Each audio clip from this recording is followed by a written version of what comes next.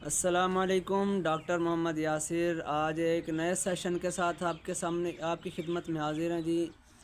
Video शुरू करने से पहले आप मेरे साथ दुरूद शरीफ पढ़ लें, फिर इंशाल्लाह वीडियो का आगाज़ करते हैं।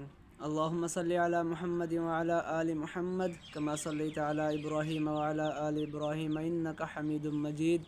अल्लाहुम्मा बारिक अला मुहम्मद व अला आलि मुहम्मद कमा बारकता अला इब्राहीम व अला आलि इब्राहीम इन्नका हमीदुम मजीद। तो जी हाँ नाज़रीन, आज एक सवाल पे रोशनी डालने जा रहे हैं जी। व्हाट्सएप पे बहुत ज़्यादा पूछा जा रहा है कि जानवर हीट में नहीं आ रहे, इनको गब्बन कैसे करें, हीट में कैसे लेके आएँ। क्योंकि एक फार्मर का जो वो एक यही जानवर सरमाया होते हैं, क्योंकि उसने इन्हीं से प्रोडक्शन लेनी है और इन्हीं को जो इनसे दूध लेना है। तो ये एक फार्मर का जो है वो बहुत बड़ा सरमाया है जानवर। तो इनको हीट में कैसे लेके आएँ। पहले भी मैंने इस मौजू पे एक वीडियो बनाई है, तो आज फिर मैंने सोचा कि डिटेल के साथ एक और वीडियो बना दी जाए ताकि फार्मर्स का फ़ायदा हो सके। पहले तो हम ये बात कर लेते हैं कि जी वजूहात को देख लेते हैं कि जानवर हीट में क्यों नहीं आता, फिर हम उसका ट्रीटमेंट की तरफ चलते हैं। पहली बात कि जानवर हीट में क्यों नहीं आता, उसको भी हम कुछ हिस्सों में डिवाइड कर लें तो ज़्यादा बेहतर है। पहले हम ये देख लेते हैं कि जी जो एनिमल के रिप्रोडक्टिव सिस्टम के हवाले से या उसके जो रिप्रोडक्शन के हवाले से चीज़ें हैं उनको देख लेते हैं कि उसमें कौन कौन से ऐसे मसाइल पैदा होते हैं जिन वजह से जानवर हीट में नहीं आता। सबसे पहले यूट्रस का इन्फेक्शन, ठीक है। उसमें बाज़-औक़ात जो है वो बच्चा देने के बाद उसमें पस भर जाती है जिसे हम पीप कहते हैं। उसके बाद इसमें या पानी भर जाता है जिस वजह से जानवर हीट में नहीं आ रहा होता। उसके बाद दूसरी चीज़ है जो अंडा दानी होती है जानवर की, उसके ऊपर रसोलियाँ बन जाती हैं जिस वजह से जानवर हीट में नहीं आ रहा होता है। ये रसोलियाँ भी दो तरह की होती हैं, एक फॉलिक्यूलर सिस्ट, दूसरा ल्यूटियल सिस्ट। पहली बात इनको डायग्नोज सही किया जाए, फिर ट्रीटमेंट इसका सही किया जाए, फिर जानवर हिट में आएगा। ये दो चीज़ें हो गई। और तीसरी हो जाती है जो सर्विक्स होती है जानवर की, उसमें इन्फेक्शन हो जाता है जिसे सर्विसाइटिस कहा जाता है। उस वजह से भी जानवर हिट में नहीं आ रहा होता है। उसके बाद विजाइना में बाज़-औक़ात रसोलियाँ या कैंसर मास बन जाते हैं जिनकी वजूहात से जानवर हिट में नहीं आते, और फिर फार्मर परेशान होता है कि भाई अब जानवर हिट में नहीं आ रहा है। ये हो गया उसकी रिप्रोडक्शन के हवाले से।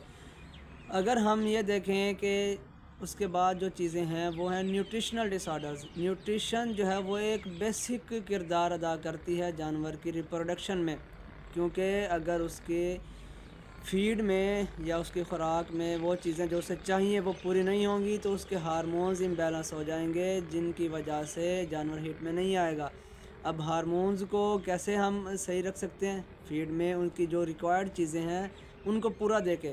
कैसे, जो हम वंडा इस्तेमाल करते हैं उसमें प्रॉपर कैल्शियम हो, प्रॉपर मिनरल्स हों, ठीक है, प्रॉपर वाइटामिन्स हों, प्रॉपर इलेक्ट्रोलाइट्स का सिस्टम हो, जैसे उसके आगे नमक रख दें, ठीक है, या फिर और वनडे में भी नमक ऐड करते हैं, ठीक है, इलेक्ट्रोलाइट्स को बैलेंस करने के लिए। और उसमें प्रॉपर प्रोटीन हो ताकि जानवर के जो मसाइल आ रहे हैं वो हल हो सकें, उसके हार्मोन बैलेंस हों और फिर जानवर हीट में आना शुरू हो जाए और अपनी प्रोडक्शन देना शुरू कर देगा। जब तक उनके हार्मोन्स को हम बैलेंस नहीं करेंगे तब तक एनिमल हीट में नहीं आएंगे।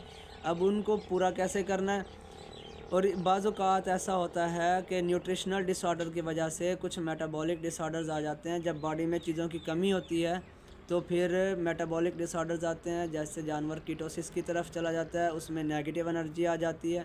नेगेटिव एनर्जी बैलेंस की वजह से जानवर फिर बैठना भी शुरू हो जाते हैं, और अगर गब्बन जानवर हो तो वो बाज़-औक़ात जो है वो अबॉर्शन भी कर देते हैं नेगेटिव एनर्जी बैलेंस की वजह से, ठीक है। अब इसे पूरा कैसे करना है, लोग कहते हैं कि डॉक्टर साहब ये मसले हैं, इनको हल कैसे करें।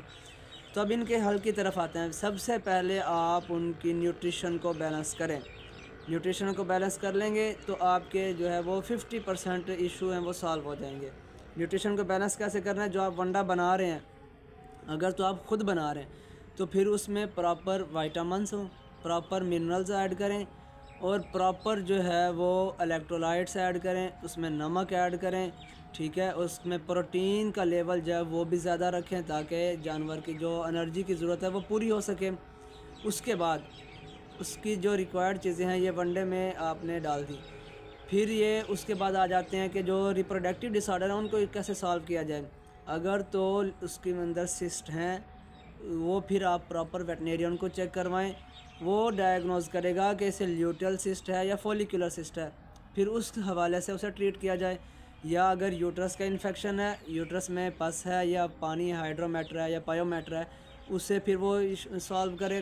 पहले उसे दवाई रखी जाएगी, मेडिसिन रखी जाएगी, जब वो अंदर से क्लियर हो जाएगी फिर उससे टीका रखा जाएगा हीट में ला के।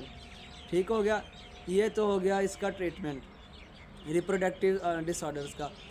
अब जानवर को हीट में लाना कैसे है, ये भी एक अहम चीज़ है। हीट में कैसे लाएं? तो हीट में लाने के लिए ज़्यादातर जो हम प्रेफर करते हैं वो प्रोटोकॉल्स हैं। आप देसी नुस्खे भी इस्तेमाल कर सकते हैं, लेकिन जो ज़्यादा प्रेफरेबल है अगर आपने अच्छी प्रोडक्शन लेनी है तो आप फिर प्रोटोकॉल्स की तरफ आएँ, क्योंकि प्रोटोकॉल्स में 10 दिन के अंदर जो है जानवर को हीट में ला के हम टीका रख देते हैं, और फिर जो है वो महीने बाद आप 1.5 महीने बाद चेक करवाएं, 45 दिन बाद या 50 दिन बाद आप चेक करवाएं, तो इससे ज़्यादा फ़ायदा होगा आपको। अब प्रोटोकॉल्स में ज़्यादा हम जो प्रेफर करते हैं, जो जिसके ज़्यादा रिज़ल्ट हमें मिल रहे हैं, वो है OB-Sync। इसमें क्या होगा जी, ये तकरीबन 9 दिन का प्रोटोकॉल है। इसमें आपने 3 इंजेक्शन लगाने हैं जी। पहले दिन लगेगा 0 डे पे, डे 0 जिसे बोला जाता है, उसमें GnRH लगेगा। और ये मुख्तलिफ़ कंपनीज़ के आते हैं, फिर वो जो अवेलेबल हो या जो आपको सस्ता मिले आप वो इस्तेमाल कर सकते हैं। ब्रांडेड भी आते हैं, जो महंगे होते हैं वो भी आप इस्तेमाल कर सकते हैं, लेकिन कुछ सस्ते भी हैं वो भी आप इस्तेमाल कर सकते हैं। उसके बाद फिर डे 7 पे दोबारा इंजेक्शन लगेगा, वो प्रोस्टाग्लैंडिन का लगेगा। और फिर डे 8 पे दोबारा आपने इंजेक्शन लगाना है GnRH का। और ये आखिरी इंजेक्शन लगाने के ठीक 16 घंटे बाद आपने उसे टीका रखवा देना है। और कुछ लोग यहाँ पे मिस्टेक कर जाते हैं कि जी जानवर हीट में नहीं आया था, हमने उसे टीका नहीं रखवाया, वो प्रोटोकॉल आपका ज़ाया हो जाएगा।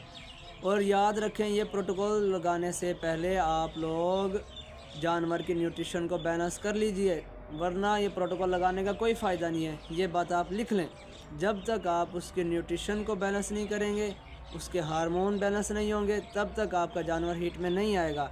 और अगर आप प्रोटोकॉल लगा रहे हैं तो तब भी आपको उससे 1 हफ़्ता पहले कैल्शियम, मिनरल, DCP ये चीज़ें देना पड़ेंगी।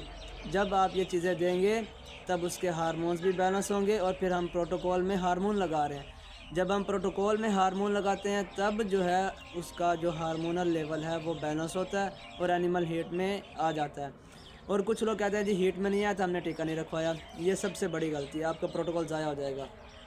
आपने जैसे ही आखिरी टीका लगाना है, ठीक उसके 16 घंटे बाद आपने उससे टीका रख देना है।